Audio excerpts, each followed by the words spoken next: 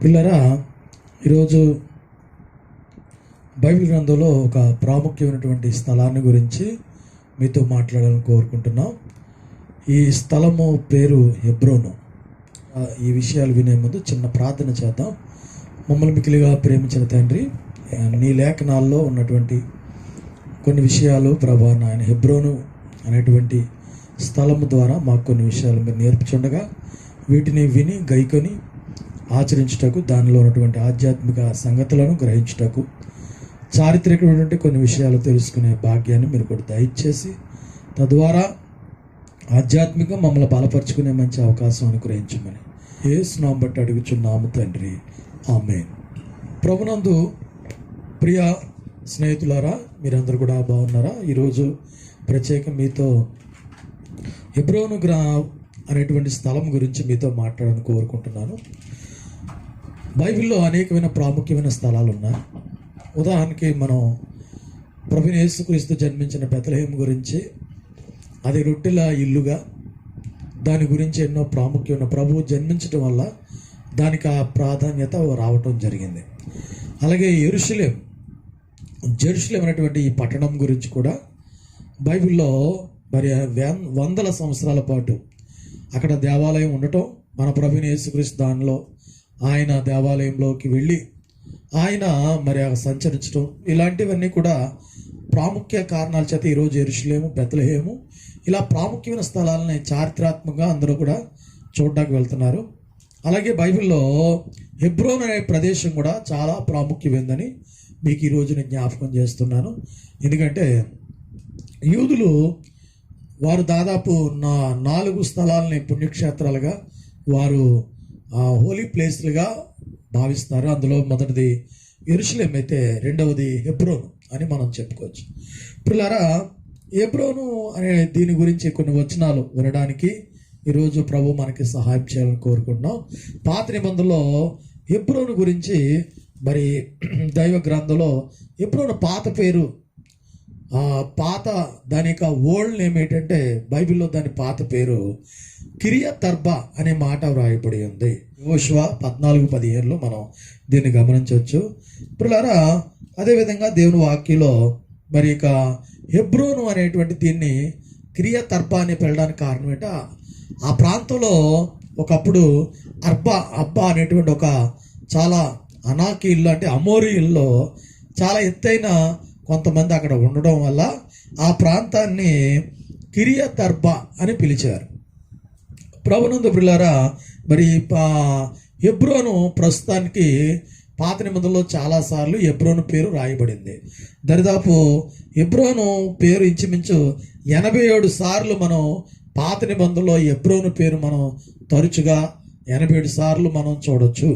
ప్రభునందు పిల్లారా, మరి హెబ్రోన్ని ప్రస్తుతం ఏమని పిలుస్తున్నారంటే, దీన్ని పాలస్తీనా వారి ఇస్రాయేల్ దేశం పాలస్తీనా 2 భాగాలుగా 1948లో ఐక్యరాజ్య సమితి దాన్ని విభజించారు. అందులో హెబ్రోను ప్రస్తుతం పాలస్తీనా వారి స్వాధీనంలో ఉంది.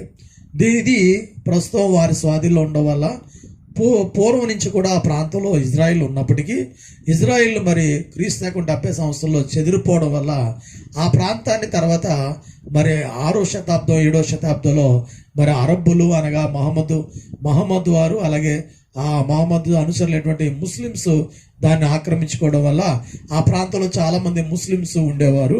ఇప్పటికే ముస్లిమ్స్ ఎక్కువ మంది, దాదాపు 2 లక్షల మంది పైనే ముస్లిం కుటుంబాలు అక్కడ ఉన్నట్టు మనం హెబ్రోను పట్టణం గురించి చూడొచ్చు. ప్రస్తుతానికి దీని పేరు ఆల్ ఖలీల్ అని పిలుస్తున్నారు. ఆల్ ఖలీల్ అనే మాట అరబిక్లో అర్థం ఏంటంటే ఫ్రెండ్ ఆఫ్ గాడ్ అని అర్థం.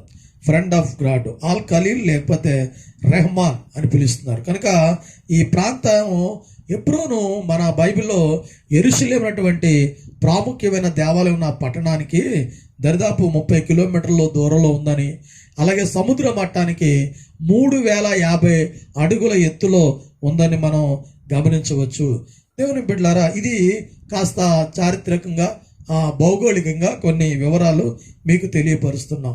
ప్రస్తుతానికి దేవుని బిడ్డలారా, హెబ్రోను గురించి మరికొన్ని విషయాలు మనం జ్ఞాపకం చేసుకోవాలి. ఈ హెబ్రోను ఇంకా ప్రాముఖ్యత ఏంటంటే, హెబ్రోను మరి పాత నిబంధనలో ఉన్నటువంటి అబ్రహాము మొట్టమొదటిసారిగా హెబ్రోను స్థలాన్ని ఆయన కొనుగోలు చేశాడు. ఈ హెబ్రోన్ అనే ప్రాంతాన్ని ఆయన కొనుగోలు చేయటం మనం చూడొచ్చు. దేవుని బిడ్డలారా, దేవుని వాక్యం చూసినప్పుడు మొట్టమొదటిగా హెబ్రోను మాట మనకి బైబిల్లో ఎక్కడ కనబడుతుందంటే ఆదికాండము 13:18. అప్పుడు అబ్రాహాము తన గుడారం తీసి హెబ్రోనులో మమ్రే దగ్గరున్న సింధూర వృక్ష వనంలో దిగి అక్కడ యెహోవాకు బలిపీఠమును కట్టెను. మమ్రే అనేటువంటి ఆయన అమోరీయుడు. ఆయన స్థలానికి సంబంధించింది సింధూరు వనం. ఆ ప్రాంతంలోనే సింధూరు చెట్లు కూడా ఉన్నాయి. దాన్ని ఓక్ ట్రీస్ అంటారు. ఈ ఓక్ ట్రీస్ మరి వందలాది సంవత్సరాలు, ఎక్కువ కాలం, వందల సంవత్సరాలు బతుకుతాయి. దీన్ని పూర్వకాలం ఈ యొక్క సింధూరు వృక్షాలని దేవుడి చెట్లుగా లేకపోతే హోలీ ట్రీస్గా ఆ చెట్లను ఎక్కువగా ఆనాటి కొంతమంది ప్రజలు పూజించడం కూడా జరిగేది. ఎందుకంటే ఈ సింధూరు వృక్షం ఒక నవంబర్, డిసెంబర్ ఆ సీజనల్ టైమింగ్స్లో పచ్చగా ఉన్నటువంటి దాని యొక్క చెట్టు అది ఎర్రటి సింధూరం వలె అది మార్పు చెందడం చూస్తాం. హెబ్రోన్లో ఒక బలిపీఠం కట్టినట్లు చూడొచ్చు.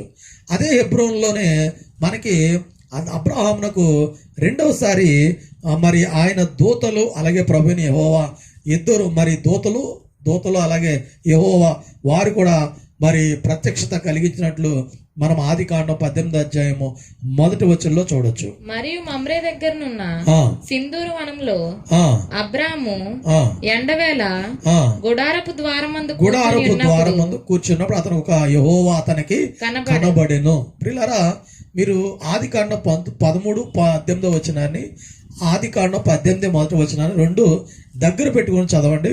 అందులో ఎక్కడైతే అబ్రహాం బలిపీఠం కట్టాడో ఆ బలిపీఠం కట్టిన ప్రదేశంలోనే అబ్రహామునకు దేవుని యొక్క ప్రత్యక్షత దొరికింది.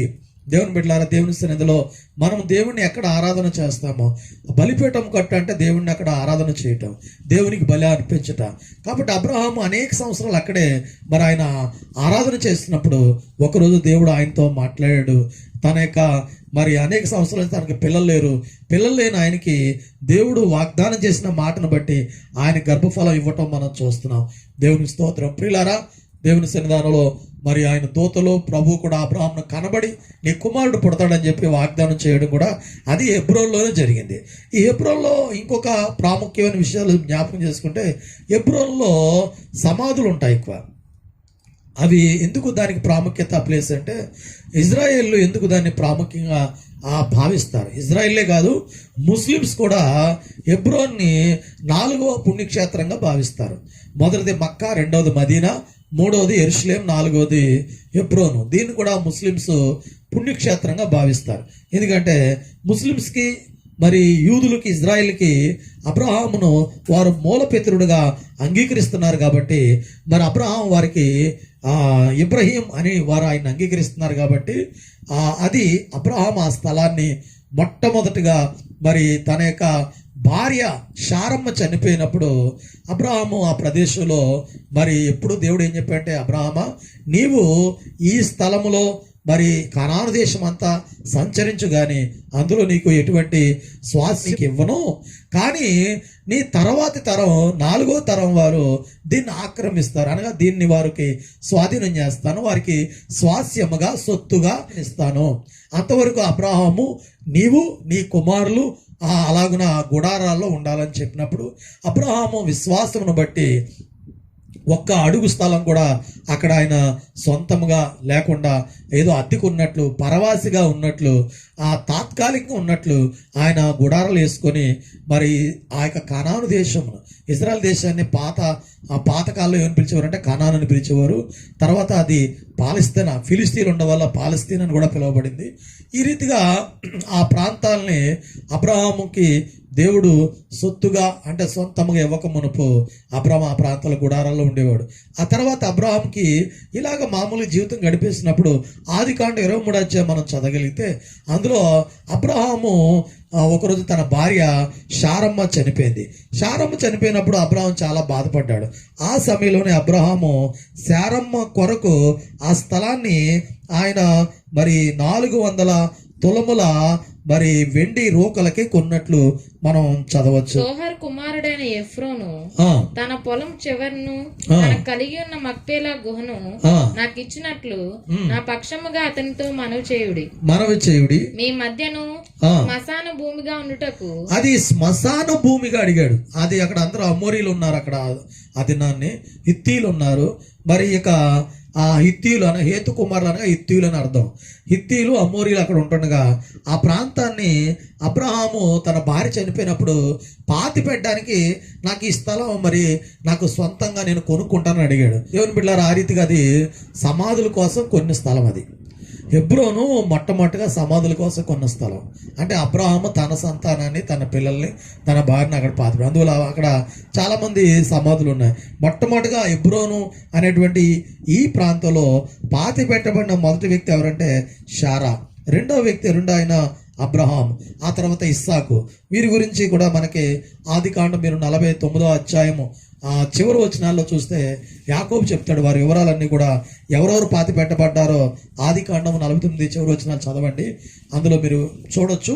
శారం తర్వాత అబ్రహాం తర్వాత ఇస్సాకు, రెబకాలతో పాటు మరి లేయా తర్వాత యాకోబుని, ఇలాగా వారితో పాటు అందులో ఒక ఆయన మనకి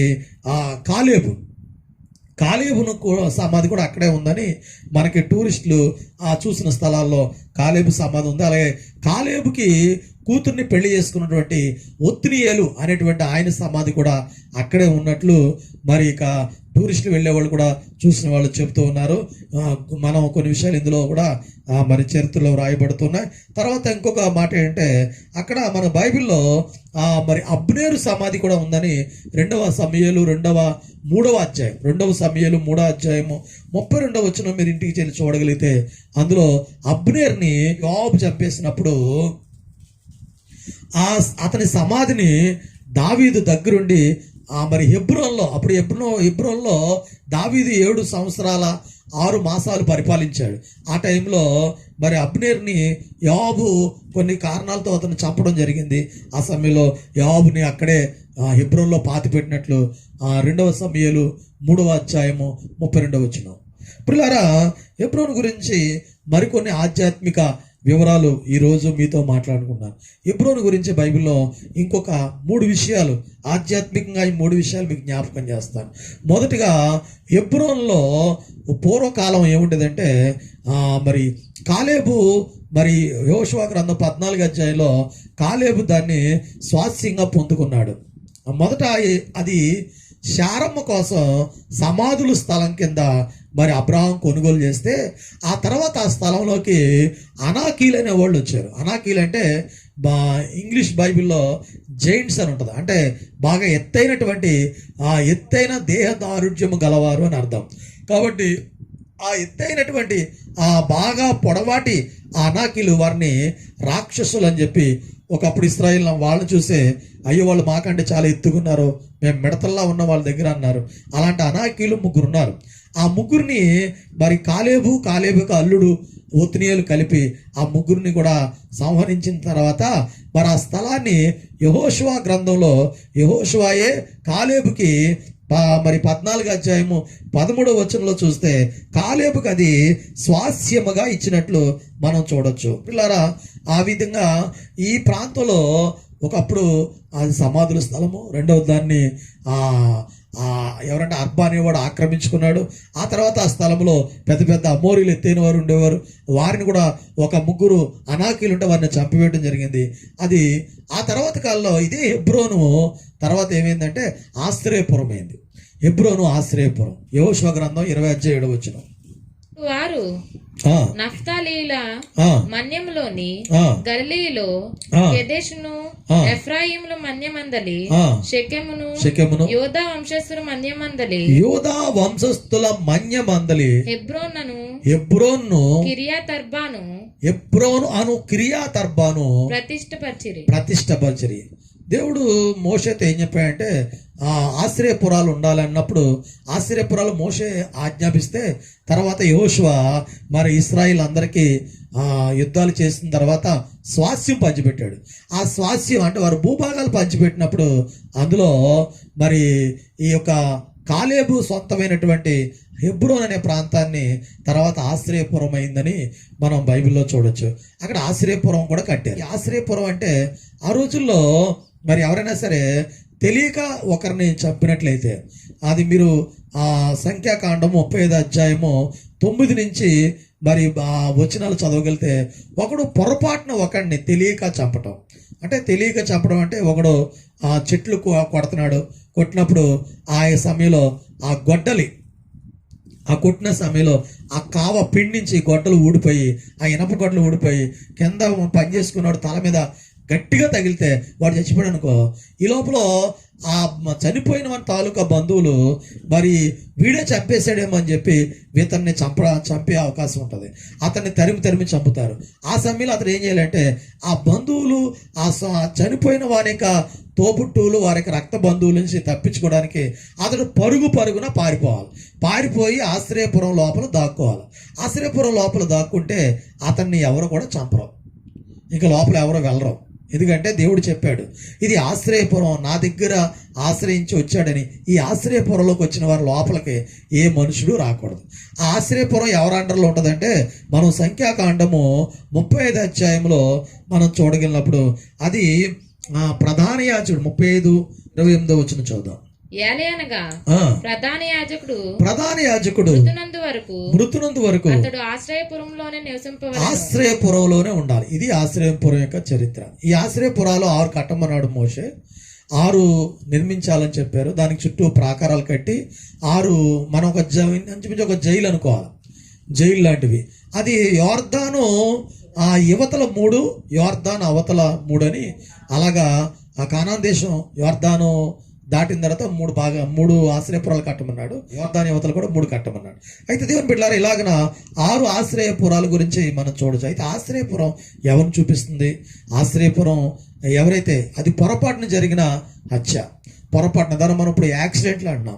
సహజంగా యాక్సిడెంట్లు జరుగుతూనే ఉంటాయి. యాక్సిడెంట్లు కొంతమందికి దెబ్బలు తోలుతో కొంతమంది ప్రాణాలు కూడా కోల్పోతాయి. దెబ్బలు అయితే ఏదో డబ్బులు ఇచ్చి నష్టపరిహారం చేస్తారు. ప్రాణం కోల్పోతే ఇంకా సివియర్గా ఉంటుంది. కనుక ఇలాంటి పరిస్థితి వచ్చినప్పుడు అసలు ప్రాణం పోతే ఇంకా ఊరుకోరు, దెబ్బలు తగిలినా ఊరుకోరు. కనుక వారు వచ్చి ఏం చేస్తారంటే ఎవరైతే చనిపోయారో వారు తరపున బంధువులు వచ్చి ఆ కోపంలో ఆ మనిషిని చంపేయడం కూడా చేస్తారు.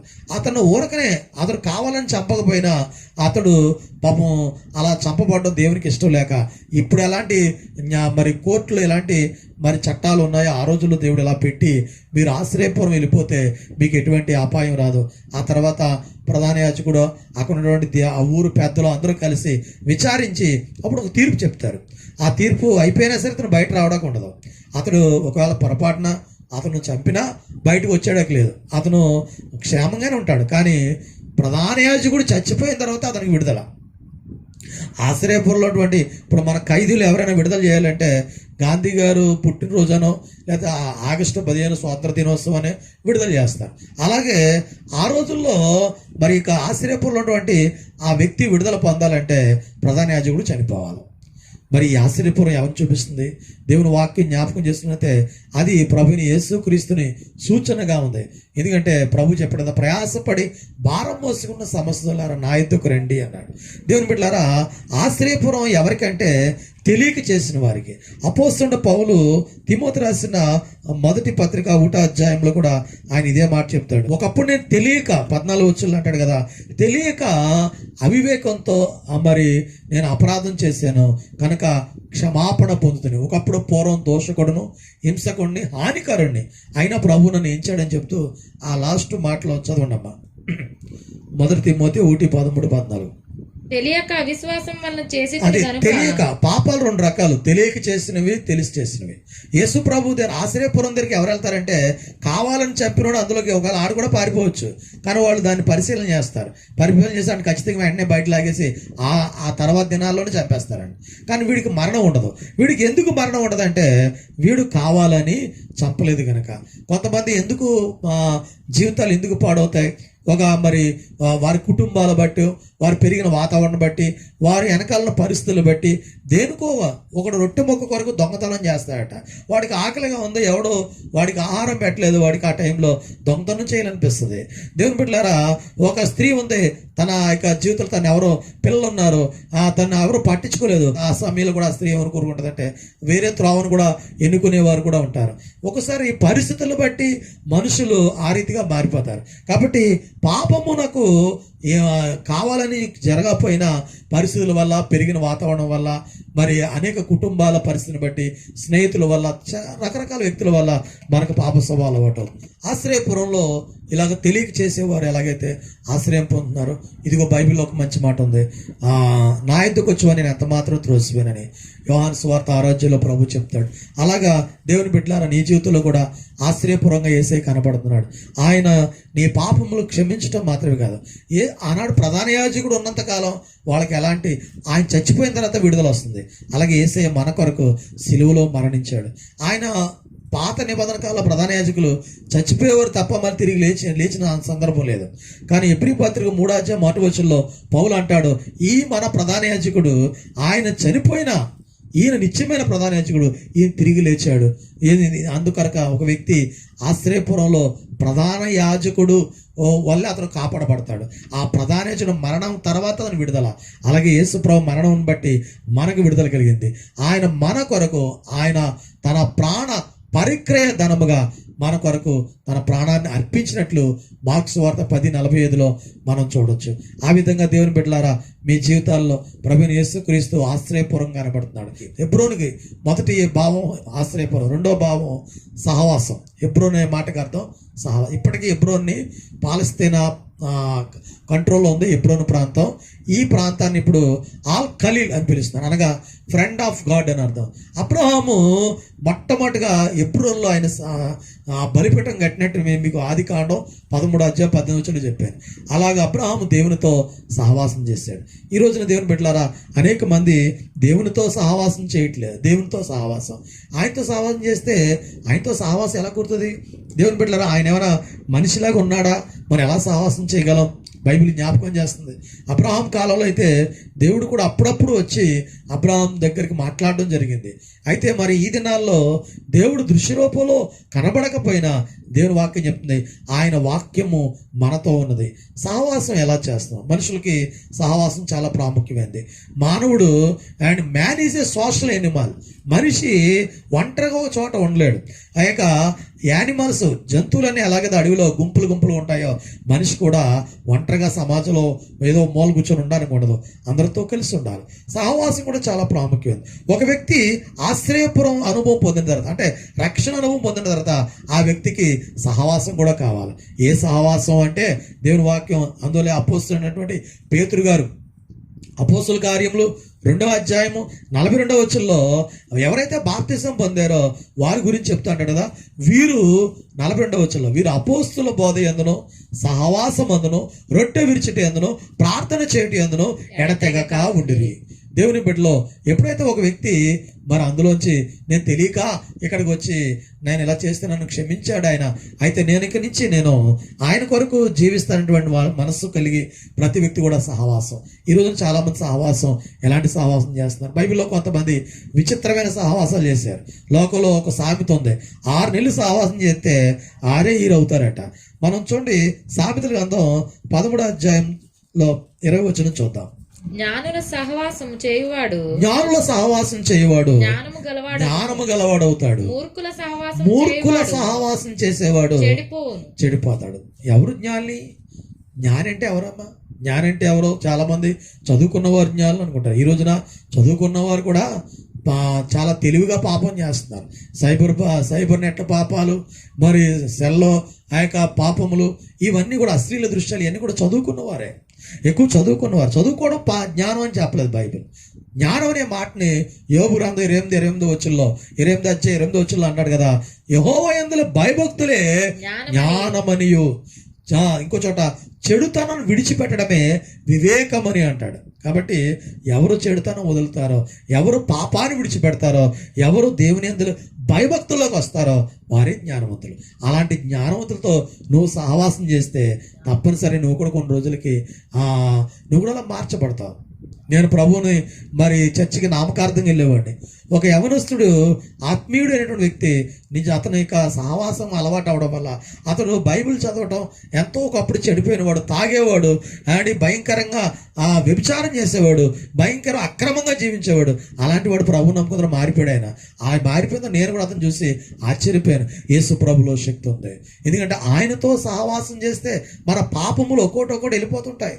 అదే మాట 1 యోహాను పత్రిక 1వ అధ్యాయము 9వ వచనంలో ఉంటుంది. అపోస్తలుడు యోహాను గారు అదే 1వ అధ్యాయం 3వ వచనంలో అంటాడు కదా, మాతో కూడా మీకు సహవాసం కలిగినట్లు మేము చూసిన దాన్ని విన్న దాన్ని మీకు తెలియజేయుచున్నాము. మన సహవాసం అయితే తండ్రితో కూడా ఆయన కుమారుడైన యేసు క్రీస్తుతో కూడా ఉన్నది. ఈ రోజున ఆనాడు అపోస్తలులు ఏం చెప్పారంటే, మేము క్రీస్తుతో తిరిగాం, ఆయనతో చూసాం, ఆయన ముట్టుకున్నాం, ఆయనతో మేము కొంతకాలం ఉన్నాం, కాబట్టి మాతో మీకు కూడా ఇట్టి సహవాసం. దేవుని యొక్క సన్నిధిలో ఈనాడు చాలామంది సహవాసం ఎవరితో ఉంటారంటే, బైబిల్ చెప్పాడు యెషయా గ్రంథము 2వ అధ్యాయం 6వ వచనంలో ఈ జనులు ఎలా తయారైపోయారంటే తూర్పు జనులతో సహవాసం చేసి వారి సాంప్రదాయాల్ని పాటిస్తున్నారట. ఈనాడు చాలా మంది దేవుని బిడ్డలు ప్రభువుని నమ్ముకున్నా సరే ఆయన నమ్ముకుని మళ్ళీ అన్యులతో తిరుగుతుంటారు.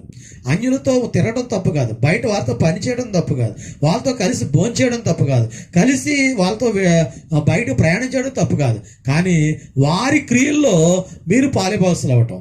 చాలామంది అన్యులతో తిరిగి వారి లాంటి మంత్రం చెప్పించుకోవడానికి వెళ్తారు. లేకపోతే ఎవరికి పెట్టుకు ఒంట్లో బాగోపోతే మందు హాస్పిటల్కి వెళ్ళరు, ప్రార్థన చేయించుకోరు, లేదా తాడు కట్టించుకుంటారు. ఇవన్నీ కూడా అన్ని జిల్లా పద్ధతులు ఇంకా మనలో పోలేదని అర్థం. దేవుని బిడ్డలారా, చాలామంది అలాంటి వాటిని సౌలు ఇలాగా మరి బైబిల్లో మాట ఉంది, అతడు కర్ణపిశాచం గల స్త్రీని ఆశ్రయించినందున యెహోవా యొద్ద విచారణ చేయక అన్యులు ఆచరించినట్లుగా వెళ్ళడం వల్ల అతనికి మరణశిక్ష వచ్చింది. చాలా మార్లు మీకు జ్ఞాపకం చేస్తున్నాం, మీలో చాలా మందికి అటువంటి అలవాటు ఉంటే మానుకోండి, విశ్వాసం మీద ఆధారపడండి, అంతేగాని అన్యులు చేసినట్లు ఇలాంటివి చేయొద్దు. 105వ కీర్తనలో ఇశ్రాయేలు గురించి, 106వ కీర్తన 35వ వచనంలో ఇశ్రాయేలు గురించి ఏం చెప్పారంటే, ఇశ్రాయేలు కూడా ఇలాగే మరి దేవుడు అబ్రాహామును ఎంతగానో మరి దీవించి నీ పిల్లలకి శ్వాసం ఇస్తానన్నప్పుడు 4వ తరంలో వారికి ఇచ్చినప్పుడు మోషేని యెహోషువని పంపి మరి ఇశ్రాయేలు సంతానమైనటువంటి అబ్రాహాము సంతానమైన ఇశ్రాయేలు జనాంగానికి మరి కనాన్ దేశం అంతా వారి సొత్తుగా ఇచ్చాడు. ఇచ్చిన కొంతకాలానికి వాళ్ళు ఏం చేశారంటే అన్యులతో సాంగత్యం చేశారు. అదే మాట కీర్తనకారం 106వ కీర్తన 35వ వచనం చెప్తున్నాడు, అన్యజనులతో సహవాసం చేసి వారి క్రియలు నేర్చుకుని. అదండి, అన్యులతో సహవాసం చేయడం వల్ల ఇందాక సామెతలు 13:20 వచనం చెప్పినట్టు జ్ఞానులతో సావం చేస్తే జ్ఞానులు అవుతారు, మూర్ఖులు అన్యులతో సావం చేసి చివరికి దుష్ట సాంగత్యము మంచి నడవడిని చెరిపివేస్తుందని చెప్పి మనం మరి కొరింథీ పత్రిక 15:31 వచనంలో కూడా చూడొచ్చు. పిల్లరా, bad company corrupts good character అంటారు. కాబట్టి చెడ్డ సహవాసం ఖచ్చితంగా మనకి తప్పనిసరిగా మన హృదయాన్ని పాడు చేస్తుంది. దేవుని బిడ్డలో ప్రభులో ఉన్న మీరు అన్యులతో సహవాసం ఉంటారు. బైబిల్లో ఒక ఆయన ఉన్నాడు, ఆయన ఎవరంటే యెహోషాపాతు జీవితాన్ని మనం చూస్తే మీరు 2వ దినవృత్తాంతాలు 18వ అధ్యాయం చదవండి. అందులో యెహోషాపాతు దేవుని బిడ్డ ఉండి అన్యునితో సహవాసం చేశాడు. అహాబుతో వియ్యం పొందాడు. ఆ తర్వాత అహాబు కొడుకుని అహజ్యాతో వ్యాపార లావాదేవీలు చేశాడు. మొదటిసారి అన్యుడైనటువంటి అహాబుతో ఉండి సహవాసం చేయడం వల్ల బైబిల్లో ఒక మాట ఉంటుంది, ఆయనతో వెళ్ళి ఒక యుద్ధంలో ఇరుక్కుపోతాడు యెహోషాపాతు. నేను వచ్చి నీతో కలిసి యుద్ధం చేస్తానని చెప్పి వెళ్ళి చివరికి ఆనాడు రామోత్ గిలాద్ అనే ప్రాంతం యుద్ధానికి వెళ్ళి యెహోషాపాతుని ఇరకాటలో పెట్టేస్తాడు అహాబు తెలివిగా. ఎందుకంటే అన్యులు యథార్థంగా ఒక్కోసారి వారి మనసులు ఎలా ఉంటాయంటే ఇరికించే పరిస్థితి ఉండొచ్చు. అహాబు తెలివిగా నీవు రాజు వేషంలో ఉండు, నేనైతే మారు వేషం వేసుకుంటానని చెప్పాడు. పాపం యెహోషాపాతు ఈ విషయాన్ని గ్రహించలేకపోయాడు. ఆయన మామూలు దాన్ని ఏదో సింపుల్గా అనుకున్నాడు. ఏంటి ఇతను ఎలా అన్నాడు, నన్ను రాజవేషంలో ఉండమన్నాడు, అతన్నేమో తను మారువేషం వేసుకుంటా అన్నాడు. ఆ మాట గ్రహించలేక అలా ఊరుకున్నాడు. చివరికి యుద్ధంలోకి వెళ్ళిన తర్వాత విషయం ఏంటంటే, మనం ఆ 18వ అధ్యాయం 2వ దినవృత్తాంతం ఇంటికి వెళ్ళి చదవండి. అందులో ఆ వాక్యం మనం చూస్తే అక్కడ యెహోషాపాతు ఆ రోజు అన్యుడైనటువంటి అహాబుతో సహవాసం చేయడం వల్ల ఆ యుద్ధంలో చాలా ప్రాణాపాయం తెచ్చుకున్నాడు.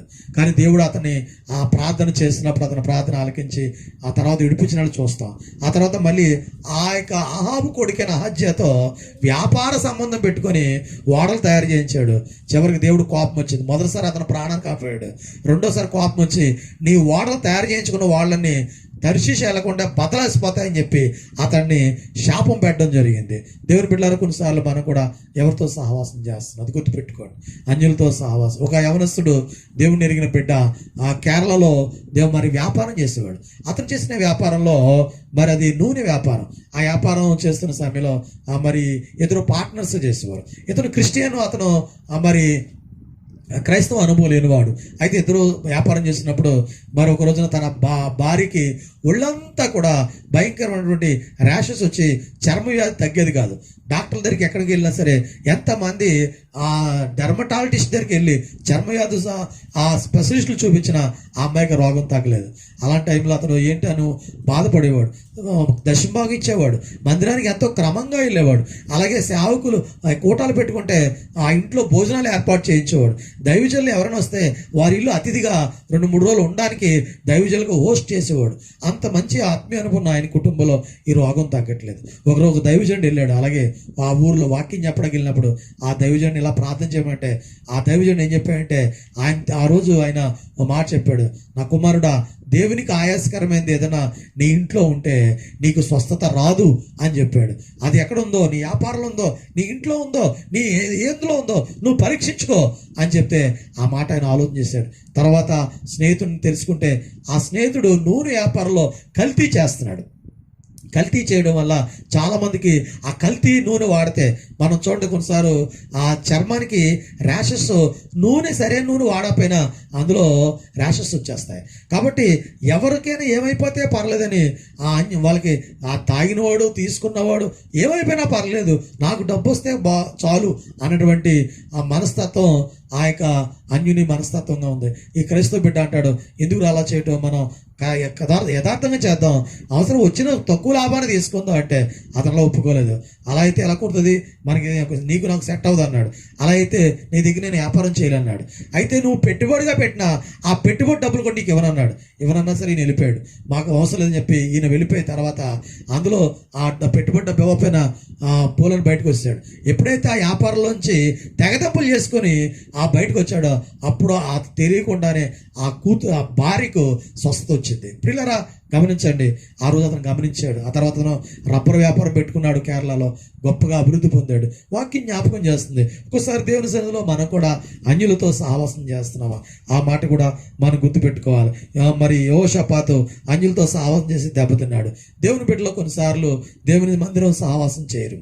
ఓ పక్కన గుళ్ళో మందిరానికి వచ్చి ఆ ప్రార్థనా బిడ్డలతోనూ ఆత్మీయులతో 119 కీర్తన 63 వచనం, నీ యందు భయభక్తులు గలవారందరికి నీ ఉపదేశంలో అనుసరించు వారికి నేను చెలికాడను. అది నేను ఎవరితో చెలికాడంటే సాంగత్యం. నేను ఎవరితో చెలికాడుగా ఉన్నాను, నీ యందు భయభక్తులు గలవారికి,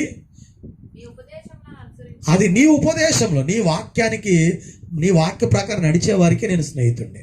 ఈరోజు నువ్వు ఎవరు స్నేహితుడిగా ఉన్నావు? అసలు దేవుని భయభక్తులతో స్నేహితులుగా ఉన్నావా? బైబిల్ ఉంది, ఓ స్నేహితుడా, ఓ దేవుని బిడ్డ, యాకోబు పత్రిక 4 అధ్యాయాలు అంటాడు కదా, ఈ లోక స్నేహము దేవుని దృష్టికి వ్యభిచారము లాంటిది. దేవుని దృష్టికి వ్యభిచారం లాంటిది. కాబట్టి ఈ లోక స్నేహితులు దేవుని దృష్టికి వైరం అంటాడు, వైరం. కాబట్టి నువ్వు ఎప్పుడైతే లోక స్నేహితులతో ఉంటావో ఆటోమేటిక్గా వారితో, పౌలు అలాగని వారితో తినొద్దని చెప్పాలి, అలా చెప్పాలి, కానీ వారితో విచ్చోడుగా ఉంటుందండి. వారితో మీరు బాగా కలిసిపోయినట్టుగా వారు చేసినవన్నీ చేస్తానని చేయగా తిరగండి. తప్పనిసరిగా వారితో నువ్వు దెబ్బతింటావు. వారిలో పనిచేసేది వేరు ఆత్మ, నీలో పనిచేసేది పరిశుద్ధ ఆత్మ. కనుక దేవుని ఉపదేశం నువ్వు ఎక్కువ వింటావు, వారు వినరు. వారికి ఉపదేశాలు ఏముంటావు? దేవుని బిడ్డలారా, మనకి ప్రతి వారం ఉపదేశాలు, సెల ద్వారా ఉపదేశాలు, వాక్యం ద్వారా ఉపదేశం. ఈ లాక్డౌన్ టైంలో కూడా దేవుని బిడ్డలకి ఎన్నో మంచి ఉపదేశాలు కలుగుతున్నాయి. కాబట్టి దైవ సహవాసం కోరుకోండి. మరి ఆ విధంగా ఆ సహవాసం బైబిల్లో యోబు గ్రంథం 22 అధ్యాయం 21, 22 వచనాలు. ఆయనతో సహవాసం చేసిన ఎడల ఆయనతో మీరు సహవాసం చేస్తే నీకు సమాధానం కలుగును. అమ్మ, మనం దేవునితో సహవాసం వల్ల, అవును, దేవునితో సహవాసం చేస్తే నీకు సమాధానం ఉంటది. నీకే కీడు అనిపించదు. ఒకవేళ వచ్చినా ఆ కీళ్లు తొలగిపోతాయి. ఆయనతో సహవాసం అయితే నీ మనసులో సమాధానం, నీ ఇంటికి మేలు కలుగుతుంది, నీ ఇంటి కుటుంబంలో మేలు కలుగుతుంది. అలాగున నీకు మేలు కలుగును. ఆయన నోటి ఉపదేశమును, ఆయనతో సహవాసం చేస్తే మొదట నీ హృదయంలో సమాధానం, ఆ తర్వాత నీకు మేలు. కనుక దేవుని బిడ్డలారా, ఆ సహవాసం. హెబ్రోన్లో 2వ పాయింట్ సహవాసం. హెబ్రోన్లో 3వ పాయింట్ స్వాస్యం. మూడో విషయాన్ని మీకు జ్ఞాపకం చేస్తాను, ఈ స్వాస్యం. దేవుని బిడ్డలారా, ఈ స్వాస్యాన్ని గుర్తుపెట్టుకుందాం. బైబిల్లో స్వాస్యం అనే మాటని ఇంగ్లీష్లో హెరిటేజ్ అని పిలుస్తారు. స్వాస్యము అంటే హెరిటేజ్, అంటే మనకి ఇచ్చినటువంటి పితరుల ద్వారా ఇచ్చినటువంటి ఆస్తి కానీ, డబ్బు కానీ, పొలము కానీ, ఇల్లు కానీ, ఇవన్నీ స్వాస్యం కింద లెక్క వస్తాయి. పాత నిబంధనలో మరి ఇక హెబ్రోన్ని మొట్టమొదటిగా అబ్రహాము మన ఆదికాండం 23వ అధ్యాయంలో దాన్ని శ్మశానానికి నిత్య స్వాస్యంగా కొనుక్కున్నాడని ఉంది. అది శ్మశానాన్ని కొనుక్కున్నట్టు ఉంది. అది అబ్రహాం సంతానానికి, అది వారి తర్వాత వారి పిల్లలు ఎంతమంది అలా పాతి పెట్టుకుని ఎవరో అడ్డు చెప్పలే.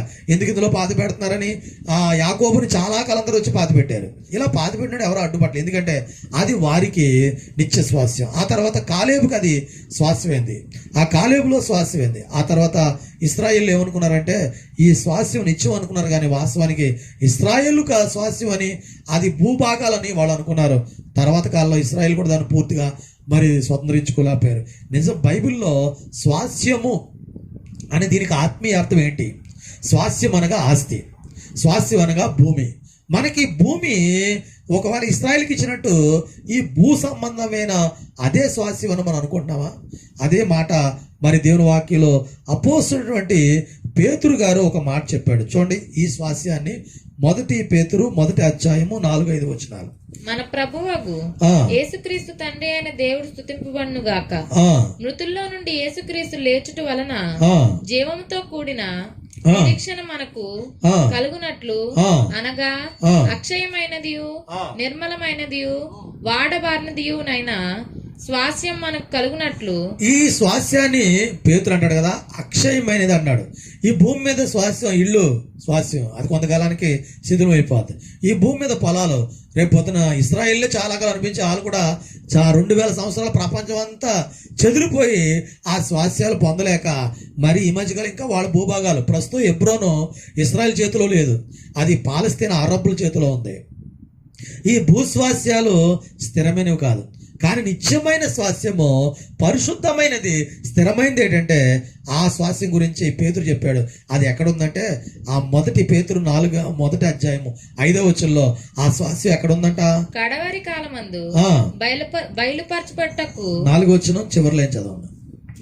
దేవుని శక్తి చేత కాపాడబడు మీ కొరకు ఆ స్వాస్యము పరలోకమందు భద్రపరచబడి ఉన్నది. అది మీకు ఇప్పుడు అర్థమై ఉంటది. ఈ స్వాస్యం అంటే, భూమి అంటే పొలాలు. ఈనాడు చాలా మంది యేసుప్రభు దగ్గరికి వచ్చిందంటే, యేసుప్రభు నాకు ఏమిస్తాడు, నాకు ఇల్లు ఇచ్చాడా, నాకేమైనా పెళ్లి డబ్బు ఇచ్చాడా, ఆస్తి ఇచ్చాడా, స్వాస్యం ఇచ్చాడా, లేకపోతే ఉద్యోగాలు, ఇలాగా చాలా మంది అంటున్నారు. కానీ వాక్యాన్ని బైబిల్ చెప్తుంది, మొదట ఆయన నీతిని, రాజ్యాన్ని వెతకాలంటాడు. ఆయన నీతి, ఆయన రాజ్యం నిత్య రాజ్యం.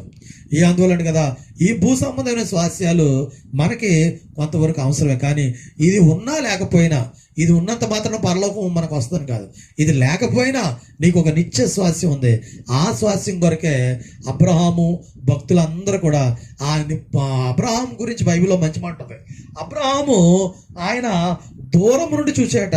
హెబ్రీ పత్రిక 11:14 వచనం చూస్తే అందులో అంటాడు, అబ్రహాము ఆ పునాదులు గల పట్టణాన్ని దూరం నుండి చూచి దాని కొరకు ఎదురు చూస్తూ నిరీక్షిస్తూ ఒక రోజున విశ్వాసము గలవాడే మృతి పొందాడని బైబిల్లో చూడొచ్చు. అబ్రహాము కానాన్ దేశం వైపు చూడటం కాదు, ఆయన ఈ కానాన్ దేశం నాకు వస్తుందని చూడటం కాదు, దూరం నుండి చూసాడు ఆయన. అక్కడ కానాల్లో ఉంటూ ఏది దూరం చూశాడు ఆయన? కానాల్లో ఉంటూ కానాను భూభాగాలు చూడటం కాదు, ఆయన కానాల్లో ఉంటూ అతను చూసింది ఇది ఏంటంటే, ఇదిగో అతనికి దేవుడు ఒక పునాదులు గల పట్టణాన్ని చూపించాడు. అని 13వ వచనం, వీరందరూ ఆ వాగ్దానం ఫలము పోయినను దూరం నుండి చూచి వందనం చేసి. వీరందరూ అంటే ఎవరంటే పాత నిబంధన భక్తులు, ఇంకా వాగ్దాన ఫలం వారు పొందలే. ఆ వాగ్దానం ఏంటంటే నిత్యమైన స్వాస్థ్యం. అంటే వాళ్ళు కూడా ఆ భూభాగాలు అనుకున్నారు మనలాగే, ఈ భూమిలో అయ్యి అనుకున్నారు. కానీ ఆ వాగ్దానం యొక్క ఫలం అది కాదు. ఆ దేవుడు చేసిన వాగ్దానం యొక్క ఫలము ఈ భూమి యందు ఉన్న అది కాదు. అదేంటంటే అబ్రహాము దాని కొరకు దూరము నుండి చూచి వందనం చేసి భూమి మీద పరదేశులను యాత్రికులమై ఉన్నామని ఒప్పుకొని విశ్వాసము గలవారై మృతి పొందిరి. 10వ వచనంలో ఏలయనగా దేవుడు దేనికి శిల్పియు నిర్మాణకుడై ఉన్నాడో పునాదులు గల ఆ పట్టణం కొరకు అబ్రహాము ఎదురు చూచుండెను. అబ్రహాం అప్పుడు కనాన్ దేశంలో ఉంటూ దేనికోసం ఎదురు చూశాడంటే పునాదులు గల పట్టణం ఆ నిత్య స్వాస్థ్యమైనటువంటి ఆ పరలోకం కోసం ఎదురు చూశాడు. ఈ రోజున పరలోకం స్వాస్థ్యం, హెబ్రోను ఒక స్వాస్థ్యం. దేవుని బిడ్డలారా, దీన్ని పౌలు గారు మరి ఇంకొక మాట చెప్పాడు. ఆ మాట ఏంటంటే కొలసీ పత్రిక 2వ అధ్యాయం 12వ వచనం, మొదటి అధ్యాయం 12వ వచనం. కొలసీ పత్రిక 1వ అధ్యాయం 12వ వచనం.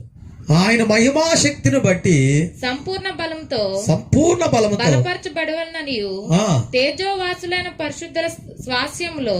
తేజోవాసులైన పరిశుద్ధుల స్వాస్యం. తేజోవాసులు అంటే ఎవరు? పరలోకవాసులు. పరలోకవాసులు అంటే దేవదూతలు అనుకుంటున్నాం, కాదు. మనమే తేజోవాసులుగా మార్చబడుతున్నాం.